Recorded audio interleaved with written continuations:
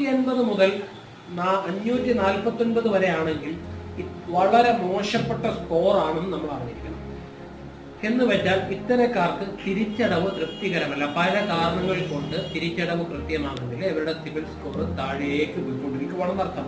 ഇനി രണ്ടാമതൊരു കാറ്റഗറി ഉണ്ട്, 550 മുതൽ 649 വരെ. ഈ തലത്തിലുള്ളവരുടെ സ്കോർ ഭേദപ്പെട്ട സ്കോറായി കണക്കാക്കുന്നു. പക്ഷെ ഇത്തരക്കാർക്ക് ലോൺ കിട്ടാൻ സാധ്യതയില്ല.